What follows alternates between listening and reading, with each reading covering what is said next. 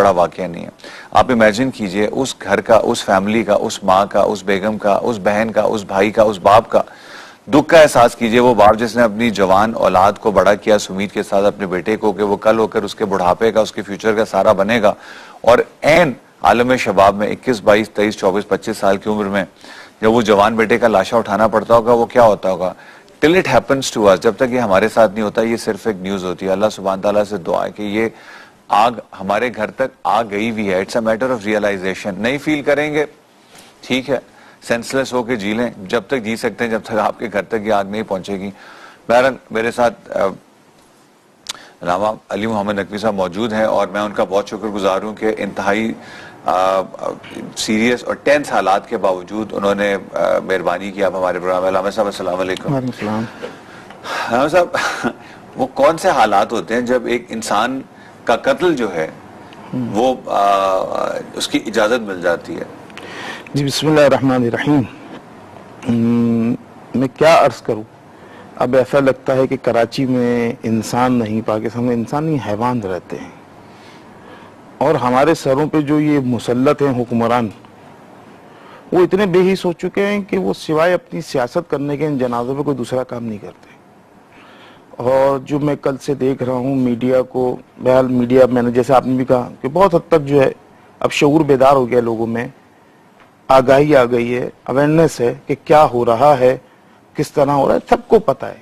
ہم ہمیشہ کہتے ہیں, بالخصوص میں کہتا ہوں کہ علامہ سعید نقوی قائد ملت جعفریہ بارہا دفعہ پلیٹ فارم پہ کہہ چکے ہیں کہ یہ جو ہے سیکٹیرین وائلنس نہیں ہے. کریکٹ. اس میں جتنے شہید ہوئے ان میں ہمارے بہت سارے برادران اہل سنت ہیں. اس میں شیعہ آبادی کو ہٹ کیا گیا ہے ضرور, مگر اس کی آڑ میں اہل سنت کو ہی مارا گیا ہے تاکہ ہم دونوں کے درمیان تفریق پیدا کی جائے, ہم دونوں علیحدہ علیحدہ ہو جائیں. مگر مجھے یہ یقین ہے کہ جس طرح شیعہ قوم ڈٹی ہوئی ہے, ہمارے اہل سنت بھائی بھی اسی طرح ہمارے ساتھ ڈٹے رہیں گے. بلکہ کل تو میں نے, لوگ کہتے ہیں کہ کوشش, ایک دہشت گرد نے کوشش کر دی, 47 سے قریب لوگوں کو شہید کر دیا, 150 سے زیادہ زخمی ہیں. مگر کل جو یکجہتی دیکھی اس مسلمان قوم کے اندر, ہمیں پتہ ہے کہ یقیناً ہمارا دشمن ہے, وہ کر رہا ہے کاروائی. مگر ان حکمرانوں کو چھوڑ کے, سیاستدانوں کو چھوڑ کے اگر دیکھا جائے تو جو گراؤنڈ ریالٹی ہے وہ یہ کہ شیعہ سنی بھائی بھائی ہیں, اور مل کے ایک دوسرے کے ساتھ انہوں نے ہاتھ بٹایا, ایک دوسرے کو خون دیے, ایک دوسرے کی جو ہے زخموں پہ مرہم رکھا, ایک دوسرے کی مدد کے لیے آئے. وہاں کوئی تفریق نہیں تھی. وہی اسی چیز کو ویریفائی کرتے ہیں ہمارے رپورٹر رفت وہاں پر جگہ پر. جی رفت السلام علیکم.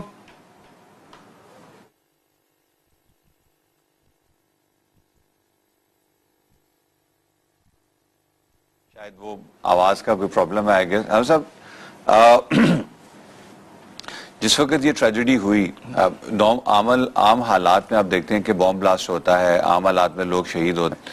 وہاں پہ جیسے ابھی جو ہمارا ہزارہ کمیونٹی کا انسیڈنٹ تھا, اس میں 30 بچے, معصوم بچے, ان کی اس طرح شہادت ہوتی ہے, اس طرح موت ہوتی ہے. یہ کل کے آپ نے واقعے میں دیکھا ہوگا, پوری بلڈنگز جل رہی ہیں, آگ لگی ہوئی ہے, لوگ ڈیفینیٹلی اندر پھنسے ہیں. لوگوں آپ نے کہا یکجہتی کا عالم تو ہے, رات کو ہم نے بھی ٹیلی ویژن پر مناظر دیکھے کہ لوگ وہاں سے باقاعدہ موو کریں, ان کے گھر جل گئے, ان کے ایسٹ جل گئے, ان کی پراپرٹیز جل گئی.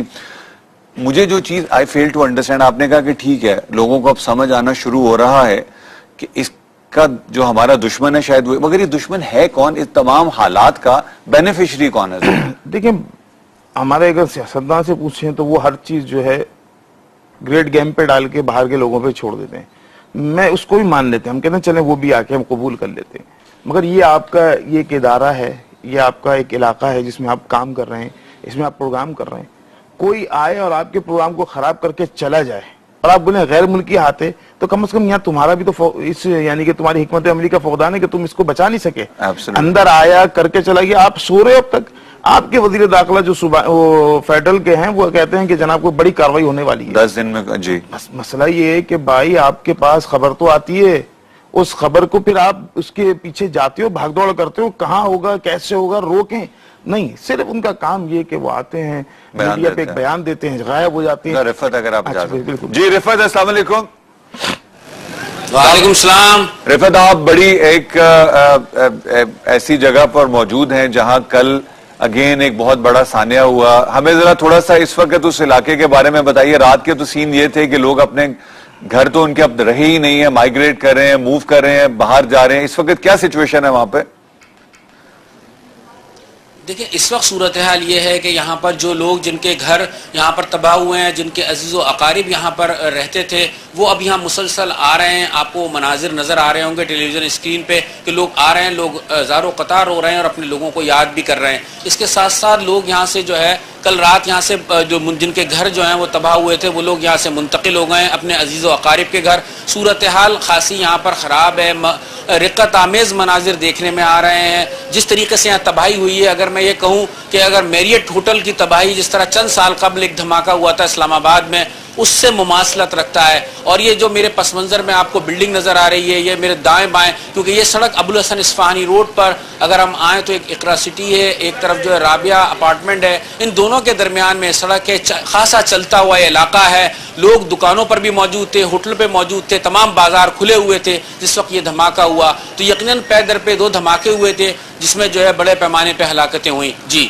رفعت، یہ عام حالات میں جب اتنی بڑی میجر ٹریجڈی ہو، کراچی کو ہم چھوٹا پاکستان کہتے ہیں، ہر بڑی پارٹی کی ریپرزنٹیشن یہاں پر موجود ہے، پولیٹیکل بڑے بڑے ایم کیو ایم کے لیڈرز ہیں، اے این پی ہے، پیپلز پارٹی ہے، پی ایم ایل ہے. ابھی تک کون کون سے لوگ ہیں جو ان لوگوں کے ساتھ اظہار یکجہتی کرنے کے لیے آئے ہیں، جنہوں نے آ کے ان سے تعزیت کی ہے، ان کو یقین دلایا ہے کہ ان کے یہ جو ایشو اتنا بڑا ٹریجڈی ہو، اس میں فائنینشیل اسسٹنس دی جائے گی اور مجرموں کو کیفر کردار تک پہنچایا جائے گا؟ دیکھیں تمام ہی سیاسی جماعتوں کے قائدین یہاں رات کو بھی آئے، یہاں پر متحدہ قومی موومنٹ کے لوگ بھی آئے، دیگر مذہبی سیاسی جماعتوں کے لوگ بھی آئے. لیکن لوگوں کو شکایت جو ہے یہاں پر وہ حکومت سے ہے، انہیں لوگوں کو شکایت ہے یہاں پہ سرکار سے ہے. لوگوں کو شکایت یہ ہے کہ یہاں پر پولیس اور رینجر بر وقت نہیں آئی. اس کے علاوہ جو یہاں واقعات پے در پہ کراچی شہر میں ہو رہے ہیں، پورے ملک میں ہو رہے ہیں، اس پر ان لوگوں کو خاصی شکایات ہیں اور ان کا یہ کہنا ہے کہ حکومت نے وہ اقدامات نہیں کیے جس کے ذریعے اس قسم کے واقعات کی روک تھام ہوتی.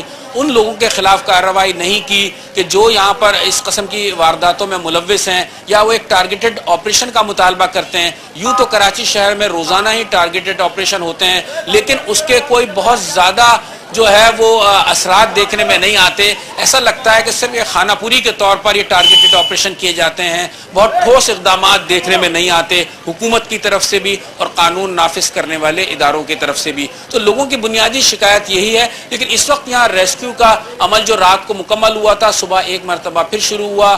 لوگ یہاں پر بڑی تعداد میں آ رہے ہیں، یہاں اہل محلہ بھی آ رہے ہیں، لوگوں کے عزیز و اقارب بھی آ رہے ہیں. رقت آمیز مناظر ہیں، لوگ اپنی دکانوں پہ، لوگ اپنے اپارٹمنٹس کو حسرت بھری نگاہوں سے دیکھ رہے ہیں جو تباہ ہو گئے ہیں. لوگوں کے گھر نہیں رہے، کل تک ان کے گھر موجود تھے، بھرے ہوئے گھر تھے، آج وہ گھر ویرانی کا منظر پیش کر رہے ہیں. اگر میں نے اوپر جا کر بھی دیکھا جس طریقے سے تباہی ہوئی ہے، جس طریقے سے لوگوں کا مال و اسباب تباہ ہوا ہے، جس طریقے سے لوگوں کی جانیں گئی ہیں، یہ ایک المیہ ہے. اور لوگوں کے یہاں پر رقت آمیز لوگ چیخ و پکار، آہو پکار کر رہے ہیں. خاصے مشتعل ہیں لوگ یہاں پر. اور اب تک حکومت کی طرف سے ایک زبانی اقدامات کی بات تو کی گئی ہے، عملی اقدامات اس طریقے سے نہیں کیے گئے.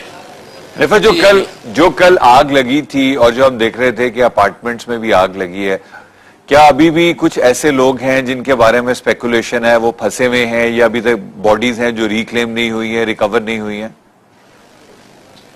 نہیں، اب تک تو تمام وہ ریسکیو کا عمل تو مکمل ہو چکا ہے. کچھ صبح میں جب ہم یہاں پر آئے تھے تو باڈی کے پارٹس وغیرہ یہ جمع کر رہے تھے لوگ اپنی مدد آپ کے تحت، کیونکہ اب دن کی روشنی میں بھی کچھ چیزیں سامنے آ رہی ہیں تو جس کی وجہ سے جو ہے یہ صورتحال ہے. یہاں پر جو ہے کے سی کا عملہ جو ہے وہ بجلی کو بحال کرنے میں مصروف ہے، کیونکہ کل ایک اس بات یہ بھی آئی تھی کہ جس وقت یہ دھماکہ ہوا یہاں پر میرے پس منظر میں ہی بالکل جو آپ کو پی ایم ٹی نظر آ رہا ہوگا، یہاں پر ہی یہ دھماکہ ہوا تھا. پہلا دھماکہ یہاں ہوا تھا. پہلے دھماکے کے بعد لوگ جب جو ہے جان بچانے کے لیے دونوں جانب گئے تو ایک اور دھماکہ ہوا. تو سوئی گیس کے جو یہاں پر پکوان سینٹر بھی ہیں اس سے بھی آگ جو ہے بلڈنگ کی جو 5ویں منزل تک پہنچی ہے تو وہ بھی ایک بڑی تباہی کا سبب بنا ہے. جس طریقے سے یہاں آگ لگی تھی وہ ایک بڑا سبب ہے تباہی کا. لوگ یہاں پر دور دور سے آ رہے ہیں، یہاں پر صرف اس جگہ کا آ کے دیکھتے ہیں، زار و قطار روتے ہیں اور واپس چلے جاتے ہیں. اور خاصا سراپا احتجاج بنے ہوئے ہیں لوگ. تو اب تک کی یہ صورتحال ہے. جی رفعت، تھینک یو ویری مچ. اپنا بہت خیال رکھیے گا. لوگ آتے ہیں، روتے ہیں، علاوہ اور چلے جاتے ہیں. اس کے علاوہ ہم کر کیا سکتے ہیں؟ دیکھیں بیچاری عوام کیا کرے گی، بڑی محنتوں سے بناتے ہیں گھر، ایک آشیانہ، اور منٹوں میں تباہ ہو جاتا ہے. اور جو سب میں بڑا دکھ یہ ہے نا، جو ہمارے بھائی نے بھی کہا، رپورٹر جو تھے،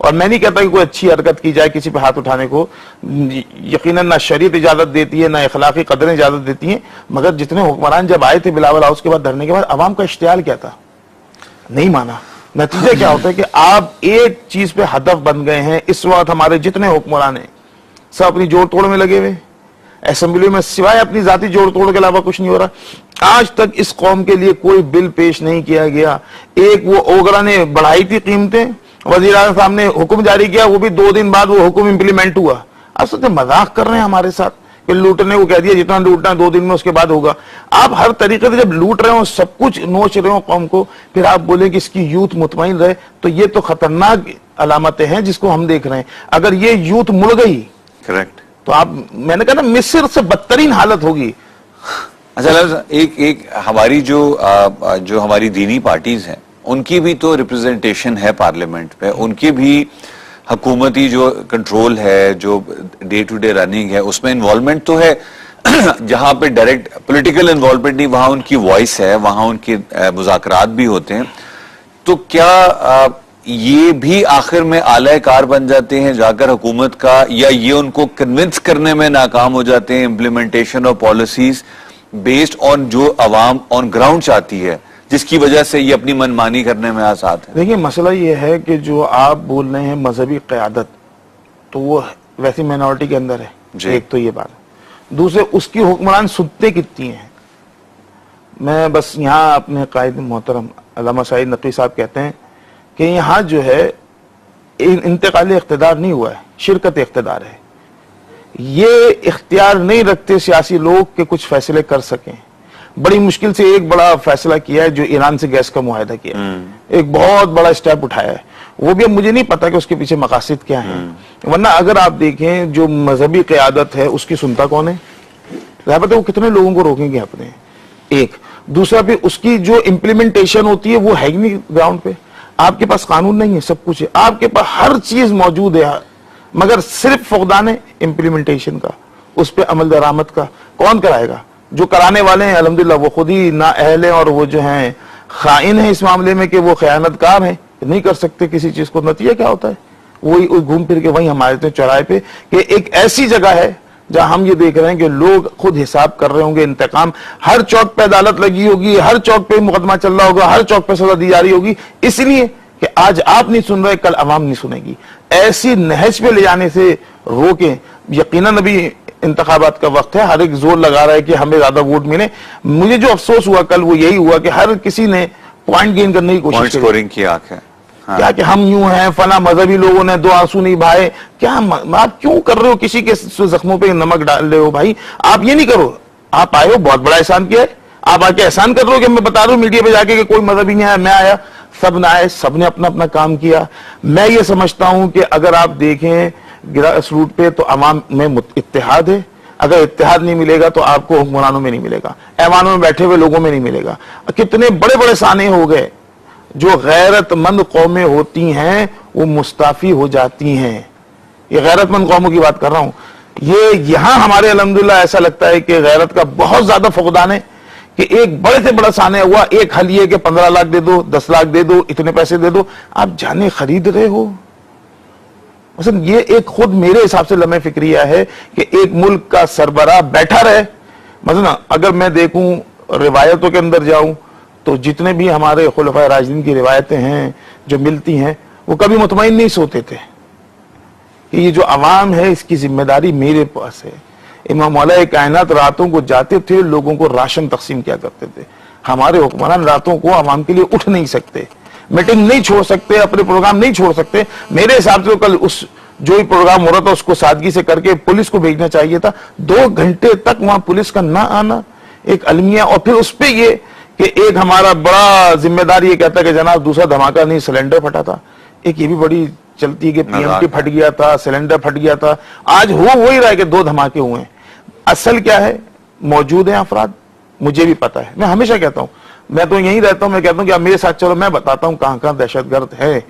مگر کیا ہے، ہماری انٹرسٹ نہیں ہے کہ ہم دہشت گردوں کو روکیں، ہماری خواہش، ہمارے اقدامات نہیں ہے کہ ہم ان کو روکیں۔ نہیں تو اس کراچی میں نہیں پتا، آپ ایک پولیس والے کے تھپڑ مار کے 100 روپے چھین کے لے کے چلے ہیں، میں کہتا ہوں پولیس والا نکال لائے گا، حیرت ہے کہ یہ جو ہے انسانوں کو نہیں ڈھونڈ پا رہے جو کہ قاتل ہیں, کس طرح دنتناتے ہوئے قتل کر رہے ہیں, جا رہے ہیں, غائب ہو رہے ہیں. اور میں تو کہتا ہوں اب اگر غیرت مند ہے یہ حکومت اور سن رہی ہے تو اس کی ایف آئی آر اس بدبخت کے نام کاٹی جائے جس نے یہ اعلان کیا تھا کہ اب شیعوں کا ساتھ سنیوں نے دیا تو ہم ان کو بھی قتل کریں گے, جو تمام اخبار کے اندر ایک اچھی ہیڈ لائن کی صورت میں آئی تھی.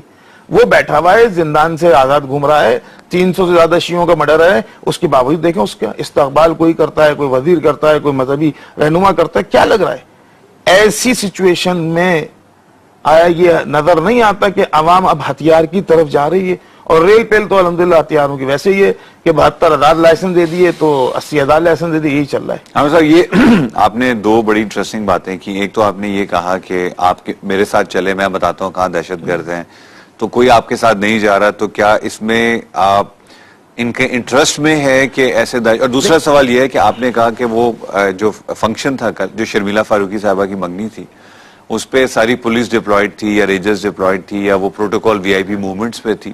کیا پولیس کا کام صرف یہ رہ گیا ہے کہ جب کوئی ٹریجڈی ہو جائے تو وہ اس کے بعد وہاں پر پہنچ جایا کریں اور سیٹیاں مار کے, اور رینجرز والے آپ ہمیشہ دیکھتے ہیں گنے پکڑ کے, ان کے آنے سے کیا ہوتا؟ نہیں, میں تو سمجھ رہا ہوں جس کنڈیشن میں بھیجا جا رہا ہے وہ پولیس کی بھی ساکھ خراب کی جا رہی ہے اور رینجرز کی بھی ساکھ خراب کی جا رہی ہے. ایبسولوٹلی. اصل تو یہ ہے, مثلا میری منگنی, میری شادی, میرے گھر میں بیاہ, میں پوری باراتیوں سے زیادہ پولیس کی بارات کھڑی ہو, اور حالات یہ دیکھ رہا ہوں کہ کراچی میں ایک بدترین دھماکہ ہے تاریخ کے اندر. اگر اس علاقے میں جا کے دیکھیں تو ایسا لگتا ہے کہ بیروت میں کھڑا ہے. شاید بیروت بھی بہتر ہو, اللہ اب تو بہت اچھا ہے. میں اس زمانے کی بات کر رہا ہوں, جنگی کنڈیشن میں تھا وہ. اس زمانے بالکل جیسے ٹوٹی پھوٹی عمارتیں ایسے کھڑے ہوئے ہیں, بے یار و مددگار, کوئی بوڑھا رو رہا ہے تو کوئی عورت رو رہی ہے. کیا میں اس کو دلاسا دوں؟ میرے پاس الفاظ نہیں ہے. میں حکومت سے ریکویسٹ کروں گا کہ اگر واقعی سنجیدہ ہے تو ان لا انفورسمنٹ جتنی ایجنسی ان کو آزاد کر دیں کہ بھائی نہ آپ پہ کوئی سیاسی پریشر ہے نہ مذہبی پریشر ہے, آپ آؤ, جس کو پکڑنا ہے جو انوالو ہے اس کو پکڑ کے لے جاؤ. تختہ دار چاہیے ہمیں. اور ہمارے چیف جسٹس صاحب بھی اس کو ذرا سنجیدگی سنیں. یقیناً انہوں نے وہاں پہ جو ہے نوٹس تو لیا ہے کوئٹہ کے معاملے پہ. یہاں بھی دیکھیں, ان لوگوں کو دیکھیں جو انہی کی عدالتوں سے نکل کے باہر آ گئے. ہمارے اس سسٹم میں, عدالت کے کورٹ کے سسٹم میں ایسی کیا خرابی ہے کہ دہشت گرد وہاں سے چھوٹ جاتا ہے, جو کہ برملا کہتا ہے کہ میں نے اتنے مارے ہیں, اور اس کے باوجود وہ اتنا مطمئن ہے کہ جو میں نے شروع میں آپ سے کہا تھا, ہماری بات ہو رہی تھی کہ یہاں سزا پہ عمل درآمد نہیں ہے. جو خوف سزا ہوتا ہے وہ غائب ہو گیا. ان کو پتہ ہے ہم چھوٹ جائیں گے. اور اس کے اندر بھی بہت دور کی آپ کو بات کو چھوڑے, میں آپ سے کیا بولوں, آپ ذرا سینٹر جیل جا کے دیکھ لیں, جتنے مجرم ہیں ہم سے زیادہ اچھی حالت میں وہاں رہتے ہیں.